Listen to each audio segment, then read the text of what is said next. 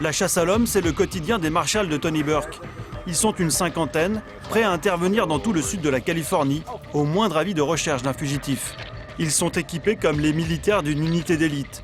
Fusils d'assaut, liaisons satellites et véhicules blindés en cas de fusillade. Leur gibier, ce sont les vrais méchants, ceux qui n'ont rien à perdre. Cette unité a été créée pour s'occuper en priorité des grands criminels, des violeurs, des braqueurs, des meurtriers, des kidnappeurs et des pédophiles. Ces types sont ceux qu'il faut attraper en priorité. Ils commettent des actes violents contre les gens. Ces policiers d'élite n'ont rien de commun avec les chasseurs de primes. Pour devenir US Marshal, il faut un diplôme de droit ou avoir servi dans les forces armées. C'est le cas de Tony, vétéran du corps des Marines. Nous avons avec toi John et 4 mecs supplémentaires.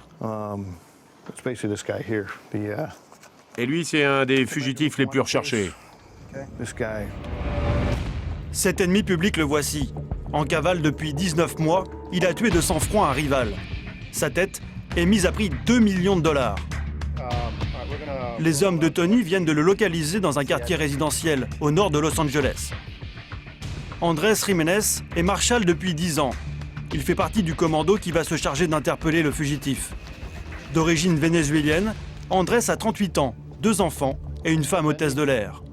Dans son unité, chaque marshal gère une trentaine de dossiers. Nous recherchons des gens très dangereux. La majorité a déjà tué et beaucoup d'entre eux sont armés. Ce sont des bandits qui n'ont peur de rien. C'est risqué pour nous, on ne connaît pas leur réaction pendant l'arrestation. Ils se battent très souvent. Ils sont donc armés et peuvent te tirer dessus. Sur le terrain, il faut vraiment faire très attention. Avec leurs tatouages et leurs dégaines de surfeurs californiens, Andrés et ses collègues n'ont pas le look habituel des policiers américains. Pour passer inaperçus, les US Marshals s'habillent en civil et roulent en voiture banalisée. Cette voiture, c'est mon bureau. C'est là que je passe la majeure partie de mon temps.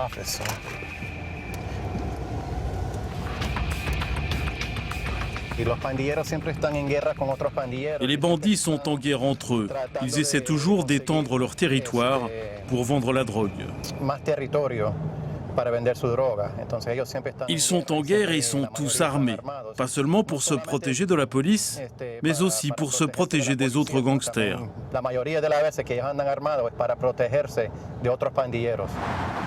Et dans quelques heures, Andrés va devoir une nouvelle fois affronter ces bandits armés. Ici, c'est jamais la même chose. Par exemple, aujourd'hui, je ne sais pas ce qui peut arriver. Il ne va peut-être rien se passer, ou alors le type va nous tirer dessus ou s'enfuir. Ça, c'est ce qui me plaît dans ce travail. Tu ne sais jamais ce que tu vas faire et chaque cas est vraiment passionnant. Les marshals se retrouvent dans un parking. Ils sont 12.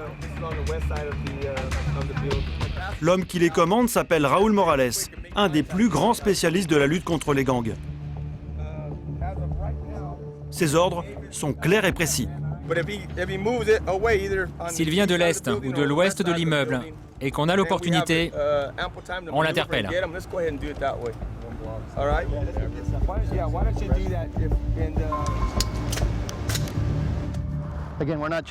On ne traque pas des citoyens ordinaires, on traque des meurtriers. Il faut garder ça à l'esprit.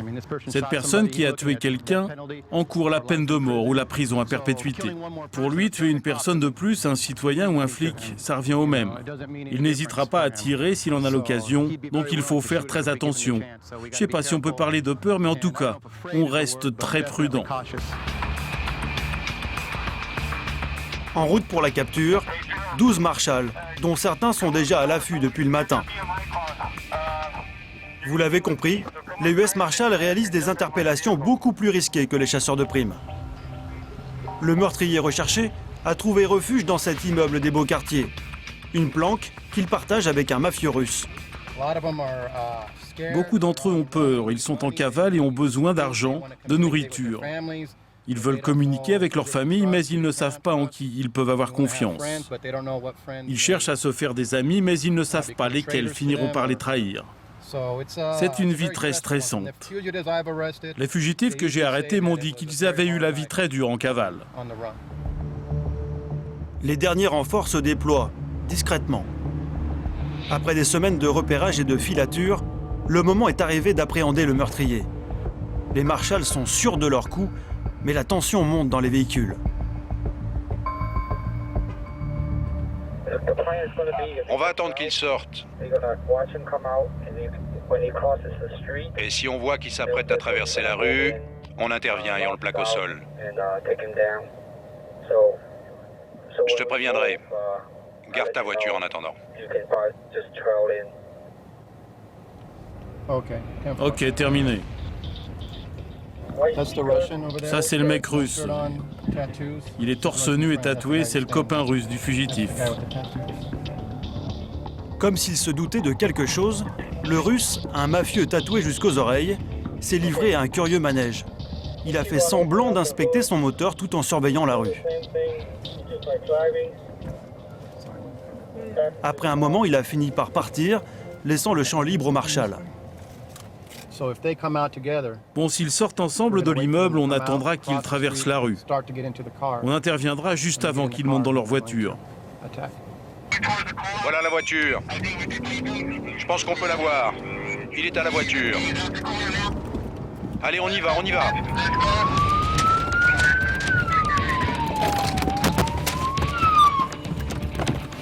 Le fugitif n'a pas le temps de comprendre.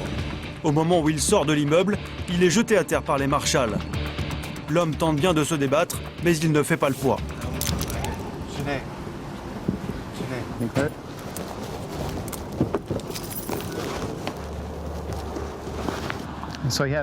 Il avait un couteau, il a résisté un peu, mais il a fini par se laisser faire, car il y avait beaucoup d'hommes sur lui. Il ne pouvait pas lutter. Ça s'est bien passé, personne n'a été blessé chez nous. Il avait un couteau, pas de pistolet. Ça aurait pu être plus dangereux. Ce gangster était recherché pour avoir abattu un homme de plusieurs coups de feu. Il y avait une prime de 2 millions de dollars pour son arrestation. Il est fiché comme faisant partie d'un gang basé ici à Los Angeles qui s'appelle le Watching Gang. C'est un gang asiatique. Il risque la peine de mort ou l'emprisonnement à perpétuité. Les 2 millions de dollars de primes n'iront pas dans la poche des US Marshals, mais serviront à récompenser les informateurs qui ont permis l'arrestation.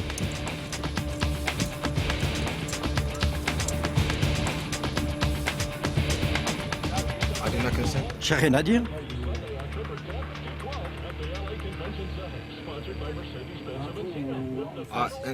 Tant qu'on m'aura pas dit pourquoi j'étais arrêté, je ne parlerai pas. Encore une fois, tout dépend de la façon dont ils réagissent, s'ils sortent une arme à feu ou s'ils nous menacent. Ces gens-là ont le pouvoir de vie ou de mort parce que nous, on n'est pas des super-héros, on peut se faire tuer. Si on me tire une balle dans la tête, je meurs forcément. Ils peuvent nous tuer, donc on prend notre travail au sérieux et on réagit selon leur comportement. On ne tire jamais gratuitement.